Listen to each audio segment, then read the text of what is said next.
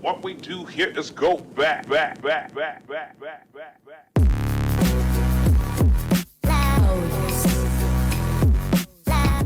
So I've been watching YouTube since around 2006, 2007 when I was 8. I can remember sitting in the living room and watching countless hours of videos on the family computer. I remember watching how-to videos for some reason, skateboarding videos, Smosh, modded Nerf gun videos, and eventually I found the Call of Duty community. I remember watching Woody's Gamertag, Blame Truth, Hutch, XJaws, and so many others. Back then I always wanted to make Call of Duty videos, and I always wanted to make airsoft videos as well, which leads to my first video ever. Me and my friend playing with an airsoft pistol in his room for some reason, just having a good time. I used to always think that YouTube was something that only I did, or only I watched. I felt like the old skateboarders back in the day. It was just this small little thing that only I had. It was like my little special thing that no one else understood. And slowly over time, it got bigger and bigger and became a mainstream hobby. I mean, obviously there was millions of people that watched YouTube, but I never talked about it at school with people. It was only me and my friend that I felt like watched it back then. YouTube got more and more popular, which means more and better content to enjoy. But there was a point where I think YouTube lost its identity. Back then, it was just a bunch of passionate people making videos about things they enjoy or things they want to talk about. YouTube became mainstream and flooded with companies and late night shows or creators just being lazy, unoriginal, and just making videos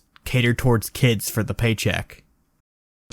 Hey now, you're a Keemstar, put your hat on, MLG. So I've been following idubbbz since he had around 100,000 subs whenever my friend Devin showed me one of his bad unboxing videos, and I just ate it up. I thought he was a comedic genius. It's very hard to make me laugh. I believe I've been desensitized over the years of playing Call of Duty and enjoying edgy memes at a very young age, but idubbbz would always get a laugh out of me. Unlike 99% of other YouTubers or even TV shows or movies. And then idubbbz released his content cops that got him into the mainstream of the YouTube audience. I believe it was the Leafy content cop or the Keemstar one. I can't remember which, but I believe the Leafy one. But I remember being in a computer class and you just felt it in the air. Me being a slacker, I watched it on my phone, but throughout the day, you just felt this like ripple effect where everyone started talking about it. It may have been because I was in like a Cisco computer class where all the students in there were kind of edgelords, but this like feeling in the air kind of changed the way I thought about YouTube. I mean, obviously I knew millions of people watched YouTube and everyone watched different stuff, but it was just a sense of us all enjoying one thing and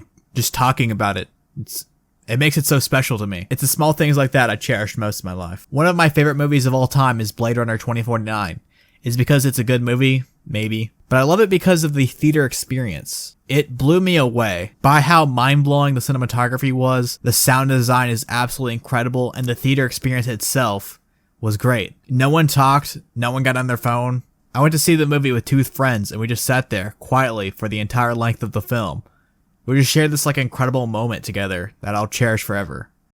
Little hoe, little bitch, suck my 5.3-inch dick. Admit that you just got... I've said it before, I'll say it again. In my opinion, with documentaries, you have to have this inherent interest in the topic before you watch it to enjoy the documentary. But idubbbz takes these two subjects I wouldn't find interesting and makes them entertaining documentaries. So there's a safety net.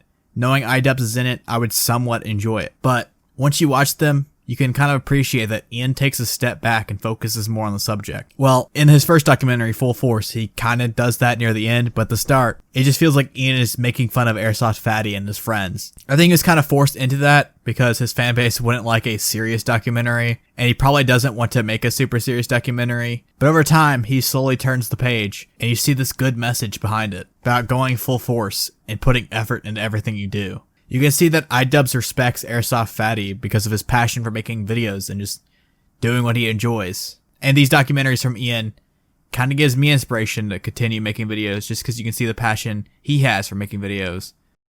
So his second documentary that was released just the other day, Ice Cream Man, it's about this old school YouTuber named Dax Flame and how you could never tell if he was playing a character or not. He's just this weird, wacky guy that is pretty funny, and there's this conundrum that you don't know if this guy's a real person, he's being funny by accident, or he's a character and he's just a hilarious guy. You don't know if he's like Andy Kaufman back in the day, which Ian from Smosh actually references Andy Kaufman in the documentary. You don't know if he's like Andy Kaufman, one of the biggest comedic geniuses back in the day. Andy Kaufman would commit so hard to bits that you wouldn't know if he's an actor or if he's actually just playing a bit. He just acted like an asshole. You just didn't know if he was an asshole or if he was just playing it up as a character. And there's still no way to tell today if he was just a character. or if he was just that committed to comedy and making people laugh. Dax also reminds me a lot of Kyle from SNL and this old baseball video that Kyle made. It's that same like awkward gimmick comedy that is pretty funny to me. It was cool to see old YouTubers like Smosh and Bo Burnham talk about Dax.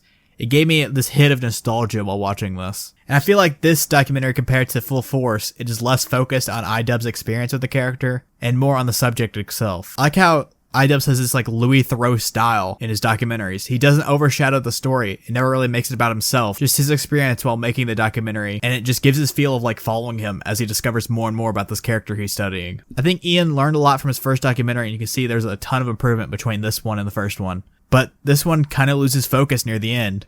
It was cool seeing Ian making Dax's dream come true of hosting a game show, but it kind of seems like he lost focus in making the documentary and just wanted to help Dax. I don't think there's a lot to talk about Dax compared to Airsoft Fatty. Airsoft Fatty had this super interesting character in this insane environment, and also there's this feud between him and his old friend, where I think Ian just wanted to see his old friend duel with Airsoft Fatty like Airsoft did in his old videos. I think Dax on paper was an interesting character to make a documentary on, but it kind of fell flat in the documentary sense, and it was just kind of great just seeing Dax's dream come true.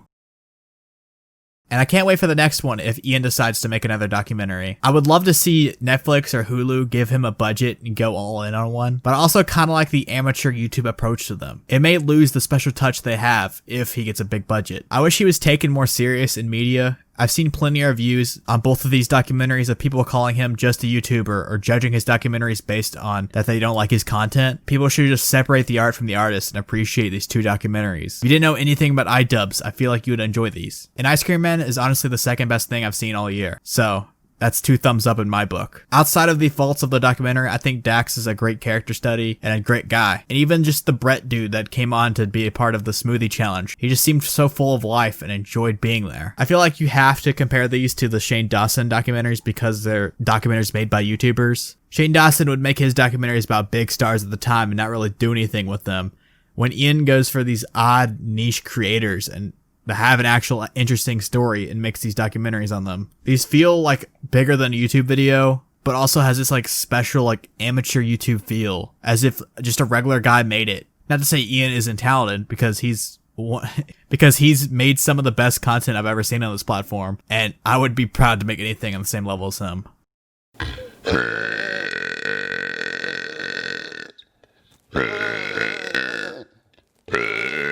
As a content creator, I struggle with imposter syndrome, something I feel from time to time while making videos on this website.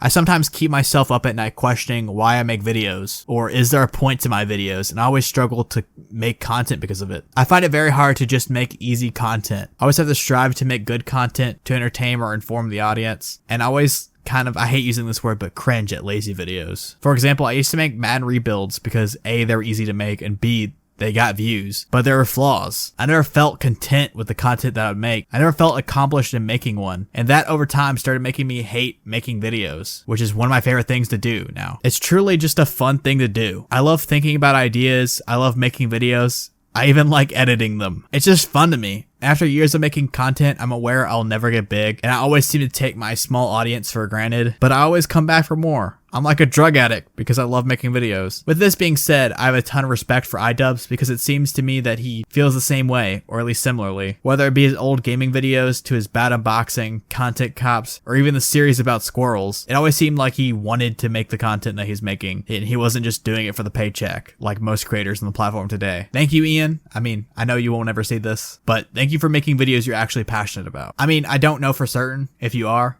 I'm just assuming, but it seems like you are. I feel like you'd make different content if you're just chasing the money, and you seem like a generally cool person. So yeah, I just enjoyed this documentaries, and I saw a lot of hate on Ian.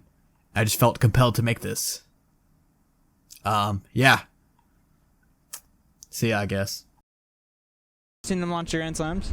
What's that? Ever seen them launch your Grand Slams? I don't know what you're saying, dude. Ever seen them launch your Grand Slams? Oh, Grand Slam, yeah. Of course. Is it real? Is it real? Yeah. It's a real great sport.